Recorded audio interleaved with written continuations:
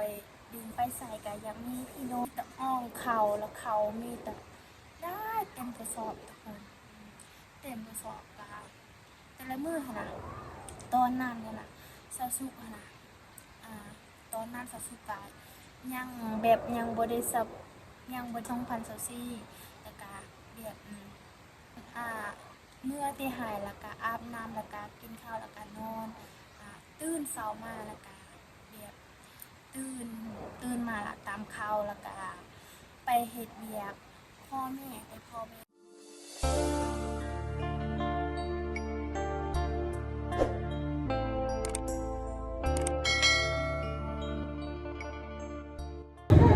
สบายดีเด้อ14ทุกคนมื้อนี้ก็บริการตอนเช้าทุกคนเช้าสุกก็บ่มีเสื้อสีสายบ่มีเสื้อสีนุ่งทุกคนเพราะว่านุ่งแต่เสื้อเก่าๆแหละทุกคนกับสิ่งเก่าๆเพราะว่าเช้าสุกสักแล้วคือสุกก็เลยว่านุ่งเสื้อเก่าไปคอนทุกคนตอนนี้ก็ประมาณแต่ว่าตอนเช้าก็บ่แม่นตอนเช้าเลยทุกคนเพราะว่า10 โมงแล้วทุกคนตอนนี้ก็แบบเช้าสุกก็บ่มียาติดหัวแล้วทุกคนก็มีหลายมีมีหลายอีกซีเนาะที่คอมเมนต์เช้าสุกว่าเป็นคนที่กินยาแล้วก็นอนพักผ่อนก็เดียวก็หายทุกคนสุขก็ดีใจทุกคนที่มีหลายๆ FC นะที่ว่ากำลังใจเช้าสุกแล้วก็ติดตามเช้าสุกก็ดีใจทุกคนแบบที่มี FC หลายๆคนที่กำลังใจสุดถึงว่าเช้าสุกก็สิบ่สบายทุกคนก็ดีใจเห็นแล้วทุกคนที่มี FC หลายคนนะที่คอมเมนต์สุกนะจังไหนมาเบิ่งนำกันเด้อว่ามื้อนี้สุกสิเฮ็ดอีหยังแน่เพราะว่ามื้อนี้ก็แบบมื้อนี้นะมื้อเช้านี้อีเมเช้าสุกกับอีเมเช้าสุกก็ทะเลาะกันทุกคนทะเลาะกันเพราะว่าบ่มีข้าวกินทะเลาะกันเพราะบ่มีข้าวกินทุกคนก็เลยว่าทะเลาะกันเรื่องเช้าสุกก็สิเฮ็ดเอาได้ทุกคนตัวเองก็บ่มีเงินนะแม่ก็บอกว่าสิเฮ็ดเอาได้บัดนี้น่ะข้าวก็เบิดแล้วคนสิเฮ็ดเวียกเฮ็ดงานก็บ่มีและนี่มีแต่กินแล้วนอนแบบอีเมเช้าสุกก็ว่าเช้าสุกทุกคนเพราะว่าเช้าสุกหั่นน่ะบ่ได้เฮ็ดเวียกก็เลยว่าเช้าสุกก็บ่ได้เฮ็ดคือกันแต่ว่าเช้าสุกบ่สบายก็เลยว่าเช้าสุกก็พักผ่อนคันว่าเช้าสุกบ่ได้เป็นไข้สุกก็ออกไห้คือกันทุกคนมื้อนี้ก็เช้าสุกก็ก็หายดีทุกคนสิดีใจทุกคนแต่ว่ามันยังวินหัวเนี่ยแต่ว่าคันว่าแต่ว่าบ่มีคนอยู่เฮือนก็เลยว่าเช้าสุกก็อยู่เฮือนทุกคนเพราะว่าพอสุกก็ไปเมืองเหนือเลยทุกคนมีก็บ่มีใครทุกคนมาเบิ่งนี่ก็หมู่บ้านสุกเบิ่งทุกคนอยู่พุ่นก็คือฝนตกเมื่อวานนี้ทุกคนทุกคนน้ำก็หลายทุกคนน้ำขึ้นหลายเลยทุกคนเพราะว่าฝนตกอยู่เทิงทุกคนก็เลยว่ามันเนี่ยบ้านสุกก็อยู่รวมกันแล้วมันก็นั่นทุกคนแต่ว่ามื้อนี้ก็บ่มีอาหารกินคือเก่าทุกคนตอนนี้น่ะสุกก็บ่ฮู้ว่าสิเฮ็ดอีหยังแน่ทุกคนบ่มีหยังสิเฮ็ดแบบมีสุกก็เว้าแบบเว้าภาษาลาวก็ผิดตลอดทุกคนเพราะว่าเว้าบ่ค่อยเก่งปานใดก็เลยว่ามันเว้าคัดๆเคินๆน่ะทุกคนแต่ว่ามันก็ดีเลยทุกคนมีคนซื้อขนมแต่ว่าทุกคนมีคนมาเอิ้นอีเมสุกแล้วก็เพราะว่าเคยอีเมสุกก็ตอนนั้นก็อยู่เฮือนทุกคนก็แบบขายเครื่องแต่ว่าตอนนี้ก็บ่มีไผอยู่เฮือนสุกก็บ่มีกระแจทุกคนบ่มีกระแจเพราะว่ากระแจก็ไอ้พอสุกก็ถือเอาแหละทุกคนเพราะว่าไอ้พอสุกก็ลืมแล้วเลยว่าบ่ฮู้ว่าจากผู้ใดเอากระแจทุกคนสุกก็บ่ฮู้กันนะทุกคนตอนนี้ก็ห้องนอนสุกก็ประมาณนี้ทุกคนบางคนก็ว่าไป ป้าห้องนอกสสุกคือน้อยแท้สสุกคือบ่ได้ออกให้บางคนก็ว่าเนาะว่าอ่าบางคนก็ว่าสสุกออกให้กะหาหน่อไม้กะให้เป็นไข้กินข้าวแล้วกะกินยาหลับพักผ่อนเดี๋ยวกะให้สสุกก็ดีใจมีหลายๆ FC ที่เป็นห่วงสสุกแล้วก็กำลังใจสสุกเสมอทุกคนสสุกก็ดีใจนี่ก็คือสสุกก็ประมาณนี้ทุก เห็นสุกประมาณนี้กับบ่มีอย่างไรทุกคนเห็นบ่ข้าวกินกับบ่มีทุกคนตอนนี้นะป้าดนี่ข้าวทุกคนนี่โอ้บ่แม่นข้าวนี่เด้ออันนี้กะนี่ข้าวทุกคนนี่เห็นบ่ซ้ำเนี่ยทุกคนกับบ่มีแล้วบ่ทุกคนสุกๆกับบ่ฮู้ว่าสิเฮ็ดแนวใดดีทุกคนบ่ฮู้ก็เว้าสอสุก เบิ่งคือบ่ได้ลำบากคือว่ามีข้าวกินแต่คือสิบ่มีข้าวกินแล้วบัดนี้นะก็ค่อยก็บ่ฮู้ว่าคือกันนะว่าสิเฮ็ดแนวใดทุกคนการที่เฮาอ่าเป็นคนทุกคนหยังทุกคนเฮาก็แบบเฮาสิเฮ็ดแนวใดทุกคนปกติหันน่ะก็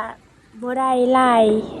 แบบแต่ละปีนะทุกคนก็บ่ได้หลายข้าวทุกคนบ่แม่นว่า บ่คือคนอื่นน่ะเฮ็ดให้เฮ็ดนาหั้นนะเฮาได้หลายข้าวทุกคนแต่อันนี้ว่าเฮาเฮ็ดให้ก็บ่ได้หลายปานใดทุกคนตอนนี้นะเซาสุกว่าสิกินข้าวแต่ว่าบ่มีหานกินกันเลยว่า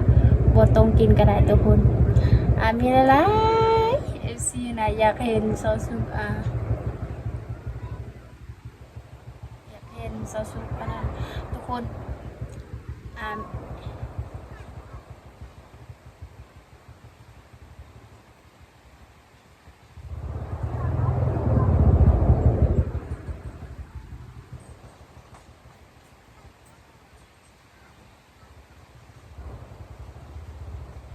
ตอนนี้แบบร้านสุกก็เลี้ยงแม่ทุกคนหากะอยู่ร้านสุกก็เจทุกคนสุกก็บ่ได้เอาก็เจทุกคนสุกบ่ฮู้กันว่าสิเฮ็ดอะไรดีตอนนี้เก็บตะแกรงทุกคนก็เจ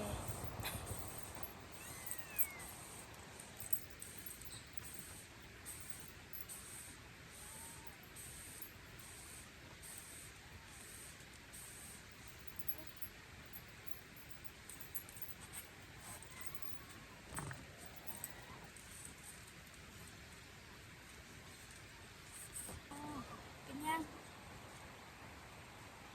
คือมันห้องตลอดทุกคนก็คือว่าทุกคนแบบเมื่อวานนั้นเลยทุกคนเมื่อวานนั้นเสาสุกกินกินมีกินมีกับเสาไข่ทุกคนเสาสุกก็กินมีกับเสาไข่แล้วก็เสาไ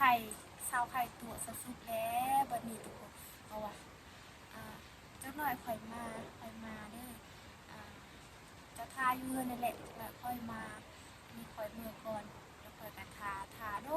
นจนหอดจนกะต้นแรกทุกคนยังบ่มาแต่ว่าเจ้าในต้องตัวค่อยดีแต่ว่ามื้อนี้ก็ยังบ่เห็นยังบ่เห็นเลยเข้าก็ตัวค่อยในบัดนี้เข้าตัวมักตัวตลอดค่อยนะ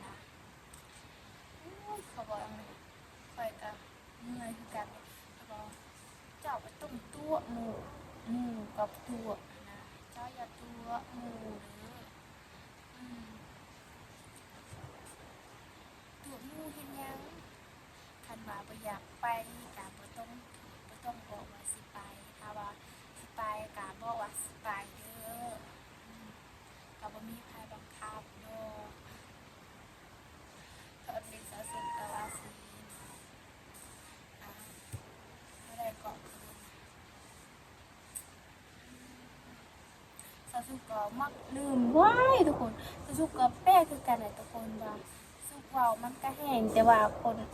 FC หลายๆคนคือบ่บางคนก็บ่ได้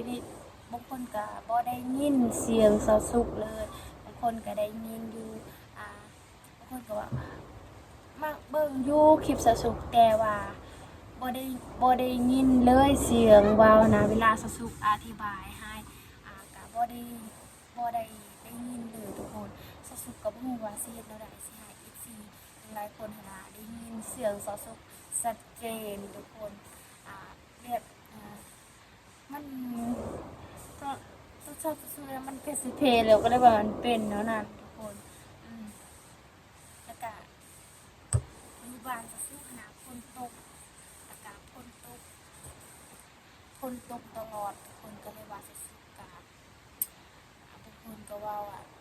เป็นอย่างสะสุกคือยื่นโทรศัพท์คือบ่ได้ตอบ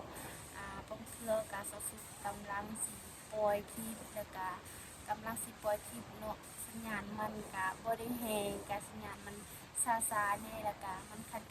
เคินๆก็เลยว่าสะสุกสิตอบช้าแน่แล้วก็บางเทื่อกะบ่มีเน็ต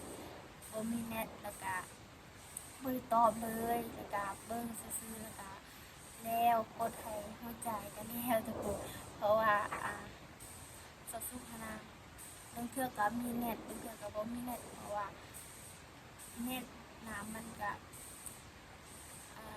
เราซื้อนะอยู่บ้านถ้าซื้อเขาขาย13,000กีบทุกคนก็คืออยู่เมืองละ10,000กีบก็ได้แต่ว่าคันว่าเขามีเงินเราก็เติมละเดือนก็ได้อยู่ทุกคนเติมละเดือนก็ได้อยู่ถ้าว่ามีเน็ตจะสุกก็คงสิลินบ่ได้แหละทุกคนลินบ่ได้แต่ว่าถ้าว่ามีเน็ตมักอยู่ต่อไปสิหลายนะ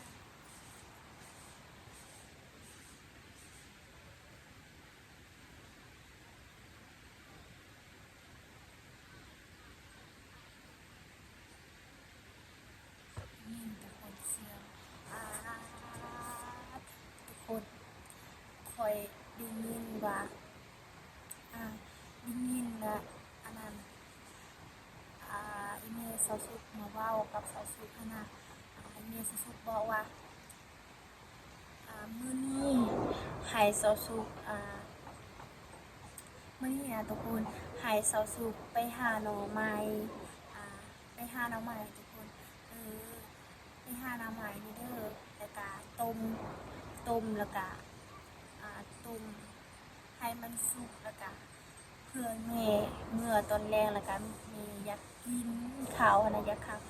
สาวสุกเพิ่นจักสิหาจั่งใดก็บอกว่าข้อยไปผู้เดียวข้อยย้านเด้อคนสมัยนี้นะมีแต่คนบ่ดีก็เลยว่าข้อยบอกไปย้านมีเขาบอกว่าสิย้านหยังคนก็หลายๆก็ไปแถวนั้นน่ะคันย้านก็เศร้าซะเจ้าบ่ต้องไปดอกเจ้าขี้คร้านคันว่าเจ้าบ่ได้ขี้คร้านเจ้าบ่ได้ย้านหยังป๊าดจังซี่ทุกคนประสบการณ์นี่แหละทุกคนแต่ว่ามาเว้านำกันน่ะอันนี้ก็สาสุกก็บ่ได้ไปทุกคนเพราะว่าวันนี้คนอยู่เรือนแล้วก็คันบ่มีคนอยู่เรือนสาสุกก็สิไปถ้าว่าบ่มีคนอยู่เรือนสาสุกบ่กล้าไปทุกคนบ่มี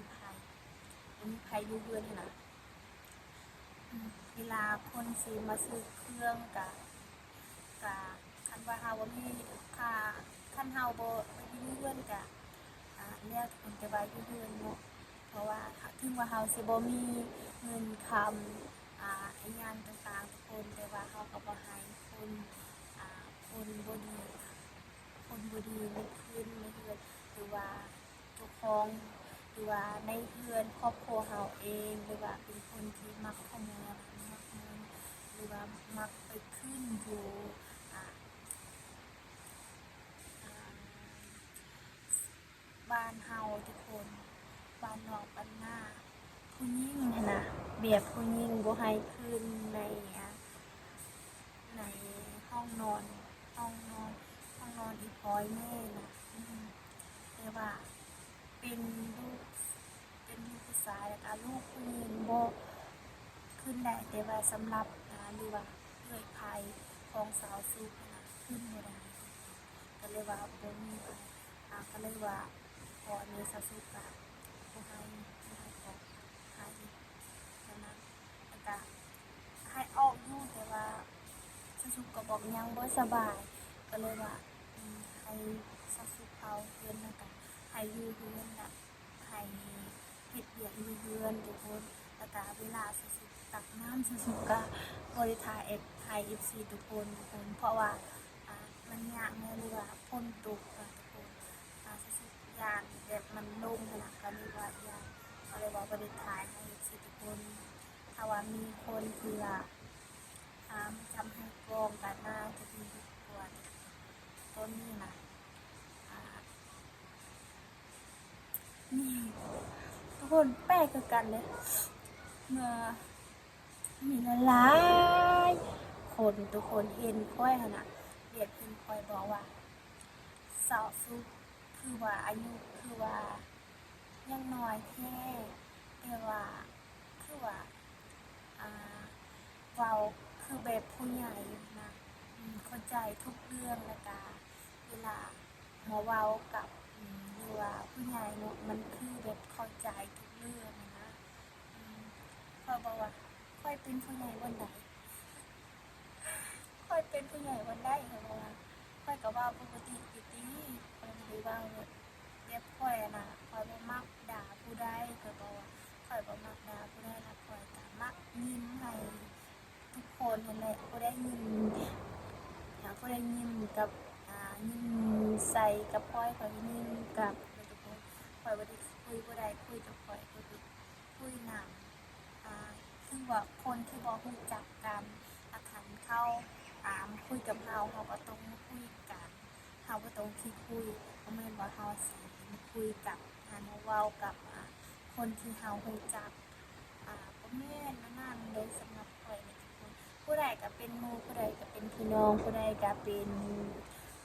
พี่น้องค่ะผู้ใดก็อยากเป็นพี่น้องเราไปใส่ก็อยากมีพี่น้องอยากมีอยากมีอยากมีน้องเนาะอยากมีที่ว่าคนที่สปอร์ตเราแล้วก็คนที่ว่ากำลังใจเราตลอดเวลาเราเฮ็ดอันนั้นก็มีคนกำลังใจเรามีคนที่ปลอบใจมีคนสปอร์ตเราค่ะก็ดีใจอยู่แล้วถึงว่าเราสิบ่มีอันหยังต่างๆทุกคนสำหรับสาวสุขสำหรับสาวสุขก็ดีอยู่แล้วทุกคนที่ว่าบางคนที่ว่าเห็นสาวสุขว่าภาษาลาวแบบบ่ค่อยเก่งปานใดเก้าหูทุกคนแล้วก็เขามาว่าเขาด่าข่อยเนาะว่าคนบ้านนอกเจ้าสิเว้าได้บ่คนบ้านนอกก็เว้าคนบ้านนอกก็เว้าภาษาบ้านนอกเด้ต้องเว้าภาษาลาวมันคือข้อยนี่ข้อยบ่มักเว้าภาษาลาวเด้ข้อยมักเว้าภาษาข้อยก็ตอบกับเขาว่าข้อยก็อยากสิเว้าคือกันเด้ภาษาลาวข้อยอยากเว้าคือกันแต่ว่าข้อยจำเป็นที่ข้อยต้องเรียนรู้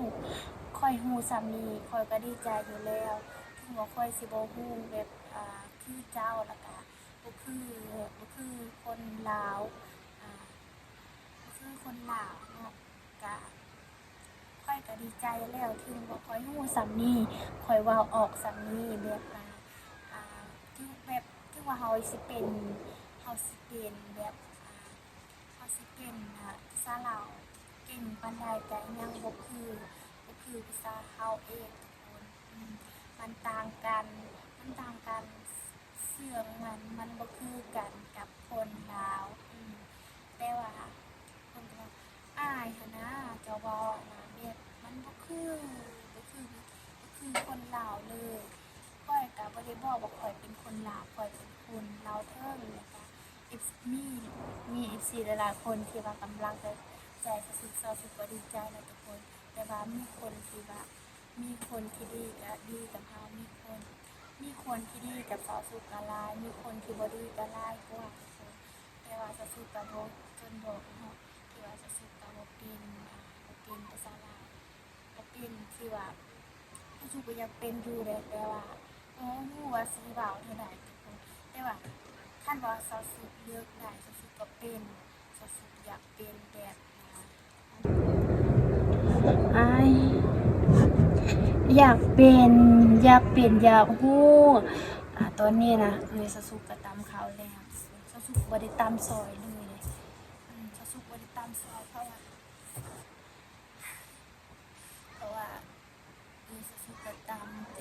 เช้าๆทุกคนตามเขาแต่เช้าๆก็เลยว่าสุกะไปตามซอยสุกะตื่นมากะลูกกะไปปล่อยคลิปแล้วก็ทุกคนที่บ่เข้าใจเนาะว่าสาวสุเป็นคนขี้คร้านแล้วก็คนบ่มักเฮ็ดเวียกนะแต่ความจริงนะสาวสุนะทุกคนความจริงสาวสุนะตอนตอนนั้นสุเฮ็ดเวียกหนักจนบ่อยากแต่งตัวแล้วก็จนลืมความ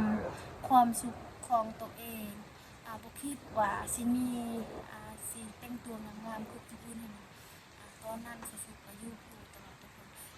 มีแต่อ่องเข่าแล้วเขามีแต่ได้เต็มกระสอบทุกคนเต็มกระสอบกะแต่ละมื้อหั่นน่ะตอนนั้นเนี่ยน่ะสาวสุหั่นน่ะตอนนั้นสาวสุกะยังแบบยังบ่ได้เป็นไข้หั่นน่ะตอนนั้นปี2024ทุกคนปี2024แล้วก็แบบปี2024นะสาวสุหั่นน่ะเฮ็ดเวียกเวลา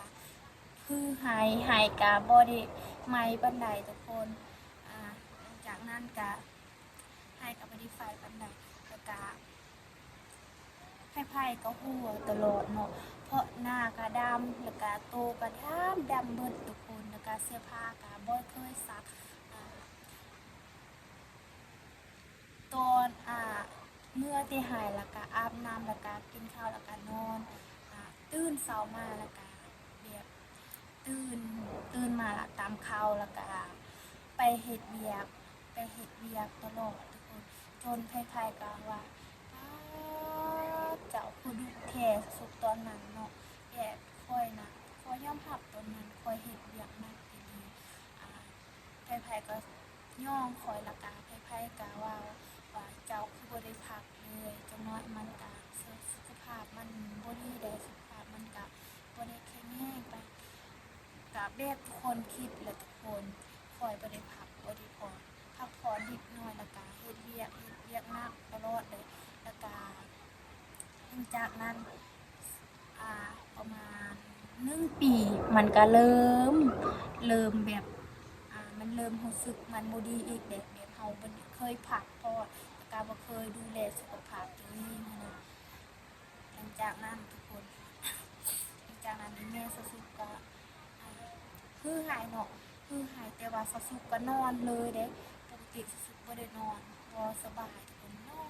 นอนอยู่หายเลยแม่ซะสุก็แปลกว่าหากะมือนี่มือที่ข่อยปกติข่อยบ่เคยนอนอันนี้ข่อยบอกว่าอันนี้ข่อยก็ฮู้แล้วว่าข่อยเป็นไข้มีข่อยถามว่าเจ้าบ่สบายบ่แม่ก็ว่าแม่ข่อยบ่สบายข่อยวินหัวแห้งแล้วแม่ข่อยก็พากลับบ้านแล้วก็พาเมื่อเฮือนเนาะมือเฮือนแล้วก็ยังบ่ทุกมื้อได้เฮือนใน YouTube อยู่คู่ให้แหละหลังจากนั้นก็ซื้อยากินแล้วก็ยังบ่หายแล้วก็หายแล้วก็ออกหายออกส่วนคือเก่าแบบสะสุกบ่มักอยู่ในเฮือนค่ะว่าอยู่ในเฮือนแล้วก็เฮ็ดเวียกทำข้าวแล้วก็ตักน้ำให้แล้วนึ่งข้าวให้แล้วเตาไฟแบบอันนั้นทุกคนมันเรียบร้อยหั้นน่ะอ่าบางคนที่ว่าเจ้าคนเดียวคือไหวแท้เฮ็ดอันนั้นสะสุกเจ้าก็ยังน้อยแน่ก็ยังเฮ็ดได้เพราะว่าปีนี้น่ะข้อยก็บ่ได้เฮ็ดเวียกเลยบ่ได้เฮ็ดเวียกหนักเลยทุกคนเพราะว่าข้อยหั้นน่ะแบบบ่แม่นบ่ค่อยบ่อยากเฮ็ดเวียกแต่ว่าข้อยก็อยากซอยข้อยก็เฮ็ดคือกันแต่ว่าข้อยบ่ได้เฮ็ดหนักคือที่ก่อนแล้วแบบข้อยตอนนี้นะแบบมันเป็นไข้ตลอดหั้นนะก็เลยว่าบ่ได้เฮ็ดเวียกหนักแล้วเฮ็ดเวียกหนักก็บ่ได้อีกก็เลยว่าตอนนั้นทุกคนตอนนี้นะไผๆก็ว่าข้อยขี้ขลาดเออไผๆก็คือขี้ขลาดแท้แต่ละมื้อหั้นน่ะแต่ว่าบางคนที่บ่เข้าใจน่ะทุกคนบางคนที่บ่เข้าใจบางคนที่ว่าเซาซุมีแต่เล่นโทรศัพท์บ่ได้เฮ็ดเวียกบ่ได้เฮ็ดงานมีแต่เฮ็ด คือมีแต่ลิ้นโทรศัพท์ตลอดบ่ได้เฮ็ดเวียกบ่ได้เฮ็ดงานบ่ได้เฮ็ดซอยพ่อแม่แต่พ่อแม่ข่อยยังบ่เคยว่าข่อยแต่ว่าคนอื่นยังว่าข่อยน่ะบ่คือซอยแต่ว่าเขาก็บอกว่ามันเป็นความจริงแหละข่อยบ่ได้ซอยแต่ว่าบ่แม่นบ่ข่อยบ่ได้ซอยข่อยก็ซอยคือกันแต่หลังจากนั้นทุกคนแบบอันนั้นนะหลังจากนั้นซอสุการู้สึกถอดตัวเองคือกันเลยแบบเมื่อยคือกันเลยขณะที่สุดพยายามซัมนี่นะทุกคนก็ยังมีคนชมมีคนด่ามีคนมาเว้าเว็บมันบ่ดีเว็บนั้นแต่ว่ารู้สึกก็บ่ได้สนเลยแต่ก็เมื่อยเขาบอกว่าเมื่อยเด้เกิดเป็นคนจนคันว่าคอยเลือกได้คอยอยากเป็นคนรวยซะเขาบอกว่าแต่ว่าพวกเขาก็บ่ได้ปากบ่ได้เว้าทุกคนบ่ได้ปากบ่ได้เว้าเลยนะแบบเราเป็นคนเป็นหยังทุกคนคอยกับรู้สึกบ่ดีคือกันในแบบอยู่ๆกับมีคนแบบมาเว้ากับเรามันบ่ดีเขาอยากมาด่าเราอยากให้เราทุกคนคอยเมื่อยคือกันทุกคนเป็นพี่น้องเราเองทุกคนแต่ว่าคิดว่าสิปลอบใจอ่าปลอบใจให้ตัวปลอบใจให้ลูกให้หลานอืมแต่นี่โอ้ทุกคนเลยคอยจนแตกคือกันเลยแบบเขาว่าแต่ละเมื่อน่ะลิ้นมีโทรศัพท์มีแต่ลิ้นโทรศัพท์เบิ่งแต่โทรศัพท์อ่ากลางคืนเจ้าก็ลิ้นกลางอ่ากลางลิ้นเจ้าก็ลิ้นตอนเช้าเจ้าก็ลิ้นตลอดค่อยกะสิบอกให้สิกลางเว้นแล้วค่อยกะถ่ายคลิปค่อยดีแล้วทุกคนที่ว่าค่อยบ่ได้ไปบ่ได้ออกนอกนะถ้าว่าค่อยออกนอกนะคงจะข้าวก็ค่อยคงบ่กินขนาดค่อยอยู่เฮือนนะทุกคนมีแต่ว้าวแบบเฮาเว้าตลอดนะเวลาอยู่แบบคันว่าถ่ายคลิปได้คลิปแล้วก็สิปล่อยคลิปอีกปล่อยคลิปแล้วก็โอ้ทุกคนเมื่อยเลยคันว่ามีสัญญาณเฮือนสะสุกมีสัญญาณใครแน่ทุกคนอันนี้นะปล่อยอยู่นอกตลอดบางมื้อก็เฮาบางมื้อเฮาก็ได้เจอคนบ่ดีบางมื้อเฮาก็เจอคนบ่ดีอ้าวแบบนั้นน่ะทุกคนตอนนั้น เมื่อวันนั้นทุกคนมีคนมามองค่อยนะค่อยลิ้นโทรศัพท์เนาะค่อยลิ้นโทรศัพท์คนเดียวแล้วก็ค่อยลิ้นอยู่ลุ่มแล้วเขาก็แบบเขาอยู่เทิงนะแบบประมาณ7 โมงทุกคนประมาณ7 โมงเดี๋ยวบ่มีไผลิ้นโทรศัพท์เลยเขาเบิ่งค่อยตลอดเลยค่อยก็เขาเบิ่งค่อยแล้วค่อยก็อ่า ค่อยกระแนมขึ้นแล้วค่อยแนมแบบค่อยยังรู้จักนี่ว่าผู้ใดเนาะที่เบิ่งค่อยนะจากนั้นเขาก็บอกการแนมแบบเขาบอกการแนมค่อยก็ดีใจเลยค่อยก็แบบหลังจากนั้นก็มีหลายๆคนไปลินโทรศัพท์ทุกคนมีหลายๆคนที่ไปลินโทรศัพท์สุดๆก็ดีใจทุกคนอยากสุดๆนะปล่อยคลิปจนบ่ให้มีสุดๆจนว่าสุดๆเนาะจนโมบายกับสาวสุกเจ้าไทยคลิปกะ เจ้ากินข้าวแน่แล้วก็เจ้าพักผ่อนเจ้าถึงว่าค่อยน่ะบ่ได้เฮ็ดเวียกหนักทุกคนแต่ว่าซ้ำที่คนเฮ็ดเวียกหนักคือกันแต่ว่าแบบถือว่าค่อยอยู่เฮือนทุกคนบางคนที่ว่าค่อยอยู่สนุกแล้วก็กินหยังอยู่ง่ายนะแบบบ่ได้เฮ็ดเวียกเฮ็ดหยังความจริงค่อยก็เฮ็ดคือกันค่อยก็พยายามคือกันอ่า เวลาบ่มีข้าวกินกะคันบ่ค่อยมีเงินแล้วก็คันค่อยมีอ่าถ้าว่ามีผู้ใหญ่ที่ว่าสงสารค่อยแล้วก็ให้ค่อยเงินหรือว่าซื้ออันนั้นซื้อนี่แล้วก็ค่อยก็บ่ได้เก็บคนเดียวแล้วค่อยก็บ่ได้ซื้อว่าเสื้อผ้าค่อยบ่มีเลยค่อยบ่ได้ซื้อเลยเสื้อผ้าค่อยซื้อแต่ว่าเครื่องเครื่องกินแล้วก็หรือว่า ให้อีหลีพอหั้นน่ะเงินค่อยให้ถ้าว่ามีเงินน่ะนะค่อยให้พ่อให้แม่แล้วก็เงินที่ว่าค่อยเก็บหั้นน่ะถ้าว่าค่อยเก็บเงินได้ค่อยก็ซื้ออ่า เวลาหมดเกลือเปลี่ยนนัวหรือว่ามาเผ็ดมาเผ็ดค่อยก็ซื้อเบิร์ดค่อยก็ซื้อค่อยบริเกี่ยวว่าให้พลอยแม่ค่อยซื้อนั่นก็พอบางคนที่ว่าตอนค่อยยังน้อยนะที่พลอยแม่ค่อยแล้วก็ภูมิใจในตัวค่อยแล้วก็ได้ว่าเลี้ยงเฮาจนใหญ่สำนี้ได้ว่าเฮาบ่มีสิเฮาเป็นคนบ่ดีอีกนะก็เลยว่าสุขขอโทษตัวเองทุกคนบางคนที่ว่าซาซุก็ดีแล้วเจ้าบางคนที่ว่าภูมิใจเนาะที่ว่าค่อยนะเกิดเป็นคนดีก็ดีแล้วเขาว่านะก็คือคนอื่นนะมีแต่ปาร์ตี้บ่ตอกเขาแต่เจ้านะบ่คิดแบบนั้นมีแต่คิดอยากสอนพ่อแม่มีแต่คิดอยากมีอนาคตที่ดีนะคะถ้าว่าเขาบอกว่าถ้าว่าเจ้ามีคนที่มักเจ้าคงว่าคนนั้นคือสิโชคดีของเจ้าอยู่แล้วแต่ว่าตอนนี้คงว่าสิบ่มีหยังที่ว่าไอ้พอยนี่จะบ่ภูมิใจในตัวเจ้าแต่เจ้าก็ต้องดีเจ้าต้องพยายามคอยดีใจทุกคนที่ว่ามีคนที่ซัพพอร์ตแบบนั้นมีคนที่มาว่าแบบว่าทุกคนเขาบอกว่าตอนน้อยๆเขาบอกให้เราเลยตอนค่อยน้อยๆเขาบอกว่าตอนน้อยๆนะเจ้าลืมเจ้าคิดเจ้าจื้อดีบ่ตอนน้อยๆนะเจ้าเคยห่วงหายแล้วก็เจ้าเคยที่คนที่หมู่บ้านด่าเจ้าแล้วเคยหายเจ้าว่าแบบนั้นแบบนี้เขาบอกว่าคอยจนห่วงหายทุกคนถ้าคอยว่าคอยจนห่วงหายเดี๋ยวคอยจนห่วงหายคนแบบว่าตอนคอยน้อยๆนะ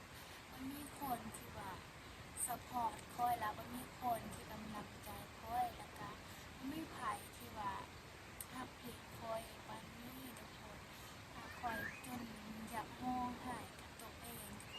ตอนน้อยๆนะแบบมีทุกคนหายมีทุกคนมาว่าแบบเป็นคนจนเป็นคนจนแบบมันก็จนอยู่แหละเป็นคนที่ว่าคอยสิ่งที่เจ็บนะเขาว่าเขาด่าคอยทิ้งขอทิ้งแม่ละค่ะด่าคอยบ่เคยด่าผู้ใดเลยหลังจากนั้นเขาว่าด่าคอยละกันว่าเจ้าเป็นคนบ่ดีพ่อแม่ก็บ่ดีสั่งสอนลูกแต่ว่าคอยก็บ่คอยที่บ่ดีคอยบ่เคยด่าเขาเลยนะคอยก็แบบภูมิใจในตัวคอยเขาพอนั่นนะทุกคนคอยก็รู้สึกแบบรู้สึกดีใจแล้วก็ยังห้องไห้เพราะว่าเจ้าคือดิโบถ้าว่ามีโอกาสหน้าเจ้าก็จื้อไว้เด้อว่าในโลกนี้บ่มีเจ้าคนเดียวที่ว่าลำบากบ่มีเจ้าคนเดียวที่ว่าสิทุกข์บ่มีในโลกนี้บ่แม่นว่าเฮาสิทุกข์ตลอดไปมื้อหน้าคือว่ามื้อนี้ปีนี้เฮาบ่ได้มีหยังหลายหรือว่าปีหน้าชาติหน้าเฮาก็คงสิได้คือเขาคือกันถึงว่าเฮาสิบ่มีหลายแต่ว่าเฮาก็ต้องคิดทุกคนโคตรดีใจเลยทุกคนสุดๆโคตรดีใจเลยแต่ว่าหลังจากนั้นเนาะคอยประทานคอยขอบใจเด้อที่ว่ามีแต่เจ้าคนเดียวแหละที่ว่าเข้าใจเรื่องนี้เขาบอกว่าคอยก็เคยถูกอยู่เลยแต่ว่าเขาก็มีนะเขาก็มีเรื่องง่ายๆแล้วกันเขาบอกว่าค่อยเข้าใจความลำบากของเจ้าความพยายามของเจ้าก็เลยว่าค่อยว่าแบบนี้ให้เจ้าเชื่อมั่นในตัวเองถ้าว่ามีคนที่ว่าคุ้มครองเจ้าก็อย่ามาปล่อยมือกับเขาจะว่าเขาว่ากับไฟบอกที่ว่าคอยสีห้ามกันนะหลายคนที่ว่าสสุกบ่ให้มีแฟนเด้อแล้วไฟสิมักสสุกล่าขนาดนี้ที่ละโอ้ทุกคนเลยถ้าว่าแล้วนั่นก็คงจะแบบรู้สึกแบบคนผู้ดี